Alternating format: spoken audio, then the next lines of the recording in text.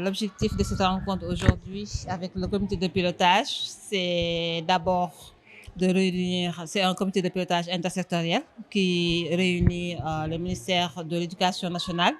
le ministère de la Santé et de l'Action sociale et aussi le ministère de l'Emploi. C'est pour donc, ce sont des rencontres qui se tiennent donc des revues annuelles, 2 fois dans l'année, et qui nous permettent de faire le bilan des projets de HI, donc ce projet d'éducation inclusive, mais aussi le projet emploi et handicap ou inclusion économique. Donc, il nous permet donc de faire ce bilan de l'état d'avancement des activités, mais il a aussi servi de prétexte pour pouvoir travailler sur la stratégie de sortie du projet éducation inclusive et formation professionnelle afin donc de pouvoir proposer aussi, je pense, des recommandations en ce sens sur la base de l'objectif déjà de ce projet qui était d'améliorer de manière tangible les conditions de vie des personnes vulnérables, en l'occurrence les personnes handicapées.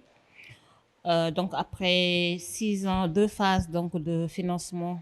par l'AFD, nous arrivons à quelques mois de la fin de ce financement-là.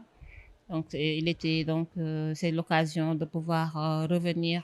partager avec les partenaires, échanger avec eux et vraiment essayer donc d'élaborer, de partager une stratégie de sortie qui aura pour objectif donc de pouvoir donc pérenniser donc les actions et stratégies développées dans le cadre de ce projet-là, voir tout ce qui concerne donc les opportunités donc qui vont s'offrir, mais qu'il y ait un plan d'action, une base de travail afin de pouvoir donc poursuivre toutes les stratégies et interventions qui ont eu à être développées dans le cadre de ce projet-là. Nous avons des personnels enseignants bien formés, des enfants aujourd'hui qui ont grandi, qui sont aux moyens, qui ont été des enfants qui n'avaient pas l'opportunité de pouvoir donc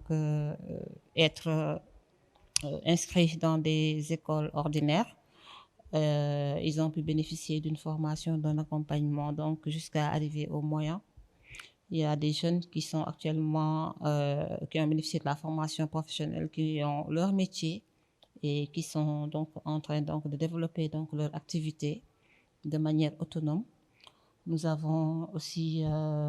des jeunes aujourd'hui qui ont même voyagé, hein, qui ont bénéficié d'opportunités,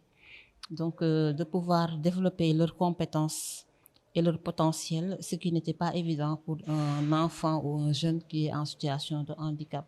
Nous avons pu développer des relations aussi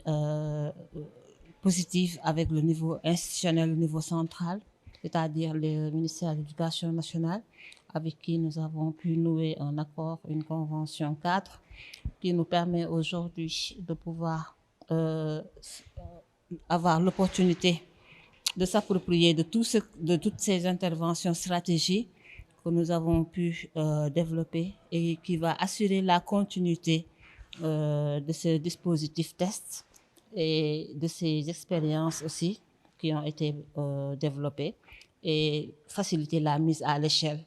donc au niveau national.